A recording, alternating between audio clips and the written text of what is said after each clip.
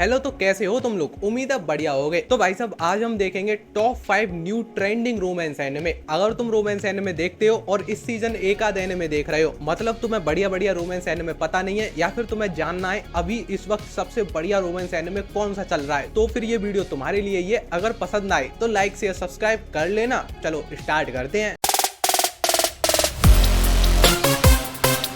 Number 5 पर आता है वेलकम टू जापान मिसाइल। तो यहाँ पर तुम्हें एक लड़का देखने मिल रहा है जिसे सोने में मजा आ रहा है। मतलब उसे अपनी लाइफ का जो काम सबसे इंटरेस्टिंग लग रहा है, जिस काम में सबसे ज्यादा मजा आ रहा है, या फिर वो जिसे करना चाहता है, वो है सोना। उसे बस सोना, भाई साहब, सुकून चाहिए उसे। लेकिन एक चीज जो जानने वाली है, उस लड़के के पास कमाल की पावर्स हैं। वो पता है क्या करता है? वो सोता है तो किसी दूसरे वर्ल्ड में पहुंच जाता है, जहाँ पर वो अपने एडवेंचर्स करता है। मजे की बात यह है, मान लो जैसे अभी वो कोई सपना देख रहा है जिसमें वो एक ऐसी दुनिया में है जहाँ पर वो बेन 10 है। ऐसे मान लो वो बेन 10 है, तो देखो अभी वो ये सपना देख रहा है। अब देखो सपने में होता क्या है, एक अच्छे मूवमेंट पे ही अच्छा सपना एंड हो जाता है। हम चाहते हैं थोड़ा और देख लें, तो हाँ, इसके पास पावर्स कुछ ऐसी हैं, ये अगली रात को फिर से अपना सपना वहीं से कंटिन्यू कर पाता है। ये अपने एडवेंचर्स को कंटिन्यू रख पाता है। जानने वाली बात ये है, उसके इन सपनों में उसकी एक पार्टनर भी है जो कि एक एल्फ है। तो ये दोनों सपनों में एक साथ रहते हैं, लेकिन एक दिन कुछ ऐसा हो जाता है जिसकी वजह से ये लड़की जापान में आ जाती है। ये अगले दिन उसके बगल में सोई होती है। वो उठता है तो ये उसके बगल में सोई है, और यहाँ से शुरू होती है इनकी जापान का एडवेंचर। मतलब ये सपनों में भी साथ हैं और जापान में भी साथ हैं। अब यहाँ से क्या होगा, इनके बीच कैसी केमिस्ट्री बनेगी, वही तुम्हें इस एनिमे के अंदर देखना है। नंबर 4 पर आता है समर पॉकेट्स। देखो यहाँ पर तुम्हें एक आइलैंड की कहानी देखने मिल रही है। इस आइलैंड पर आज एक लड़का आया है जो कि शहर का रहने वाला है। वो यहाँ पर आया है क्योंकि उसकी दादी मर गई है और यहाँ पर उनका कुछ सामान रह गया है, तो वो उस सामान को लेने आया है, या फिर कह सकते हो उसे ठिकाने लगाने आया है। मतलब जो भी चीजें बाद में करनी होती हैं वो उन्हें करने आया है। लेकिन जब वो यहाँ पर आता है तो उसे यहाँ पर 5 लड़कियां भी मिलती हैं जो अलग अलग सिचुएशंस में फंसी हुई हैं। वो अपनी ही लाइफ को लेकर कंफ्यूज हैं, उन्हें समझ नहीं आ रहा वो क्या कर रही हैं और उन्हें क्या करना चाहिए। उनमें से एक लड़की तो ऐसी है जो कि सपनों में ही खोई रहती है। अब ये लड़का इस सब में कैसे एडजस्ट होगा, इन सबके बीच इसकी क्या केमिस्ट्री बैठेगी, और लास्ट में इनमें से कौन उसके साथ होगी, ये सब तुम्हें देखना है, तो इस एनिमे को देखो। नंबर 3 पर आता है can a boy girl friendship survive. यहाँ पर तुम्हें 2 बेस्ट फ्रेंड की कहानी देखने मिल रही है। ये दोनों 2 साल से बेस्ट फ्रेंड है और इन्होंने डिसाइड किया है ये आगे की जिंदगी भी बेस्ट फ्रेंड बने रहेंगे। इनका शादी या रिलेशनशिप में कोई इंटरेस्ट नहीं है। इन्हें मतलब एक दूसरे के साथ नहीं आना है, इंटरेस्ट तो है, ये ऐसा नहीं चाहते इनकी दोस्ती बर्बाद हो और इनके बीच कुछ हो। लेकिन हाँ, एक चीज है, जो ये लड़का है ये बड़ा ही सीधा साधा है और ये अपना कुछ बिजनेस करना चाहता है, जिसके चक्कर में एक लड़की के साथ इसका होना बड़ा ही डिफिकल्ट लग रहा है। ये उसको टाइम ही नहीं दे सकती। मतलब तुम ऐसा कह सकते हो इसके पास रिलेशनशिप वाले स्किल्स ही नहीं है, या फिर तुम ऐसा कह सकते हो कि ये उस कैटेगरी का ही नहीं है जहाँ पर इसे एक लड़की पसंद कर ले। और इसी चीज को देखते हुए उसकी जो बेस्ट फ्रेंड है, इसने डिसाइड किया है अगर इस लड़के को एक टाइम पर जाके वाइफ नहीं मिली, या फिर ये किसी के साथ रिलेशनशिप में नहीं जा पाया, तो ये लड़की अपने बेस्ट फ्रेंड से शादी कर लेगी। मतलब उसकी लाइफ बर्बाद नहीं होने देगी। तो ये कुछ ऐसा सा एनिमे है। एक चीज जो इसके बारे में जानने वाली है, ये लव ट्रायंगल है। यहाँ पर कोई तीसरा आएगा ही जो कि पंगा डालेगा। अब वो तीसरा एक लड़का है या लड़की, उसके लिए तुम ये एनिमे देखो, मैं कुछ नहीं बताऊंगा। नंबर 2 पर आता है I have a crush at work. अगर तुमको हाई स्कूल कपल्स नहीं देखने, या फिर तुमने बहुत सारे हाई स्कूल एनिमे देख रखे हैं, उस टाइप का रोमांस तुम्हें चाहिए ही नहीं, तो तुम इसके साथ जा सकते हो। ये ऑफिस में सेट है, बट एक हाई स्कूल जैसा ही फील होता है। कुल मिला के बात ये है, ये तुम्हें फील हाई स्कूल वाली देगा, लेकिन है ये ऑफिस में सेट। बात करें इसकी स्टोरी की, तो यहाँ पर तुम्हें जिन 2 लोगों की कहानी देखने मिल रही है, वो ऑलरेडी रिलेशनशिप में। ऐसा नहीं है उनमें से एक किसी को पसंद करता है, वो बाद में प्रपोज करेगा, ये सब नहीं। इसमें वो ऑलरेडी रिलेशनशिप में। बस बात इतनी सी है, वो लोग नहीं चाहते उनके ऑफिस में ये बात किसी को पता चले कि वो रिलेशनशिप में है। तुम्हें पता तो है ही, 2 लोग अगर खुश हों तो कुछ ना कुछ दुनिया करती है, वो उन्हें चैन से नहीं रहने देती, और ये बात वो समझते हैं, इसलिए वो ये चीज छुपा रहे हैं। अब वो इस चीज को छुपाने के लिए क्या क्या कर रहे हैं, वही तुम्हें देखना है, और वही देखने में तुम्हें मजा आता है, हंसी आती है। और जो चीजें इसके अंदर दिखाई गई हैं, एक मैच्योरिटी लेवल भी टच कर रखा है। मतलब ऐसा नहीं है कि वो कपल हैं और किसी नहीं कर रहे, भाई साहब, नहीं, वो बहुत कुछ कर रहे हैं। बेड पर भी जो कुछ हो सकता है वो कर रहे हैं। एनिमे तुम्हें दिखा रहा है पहले ही एपिसोड से।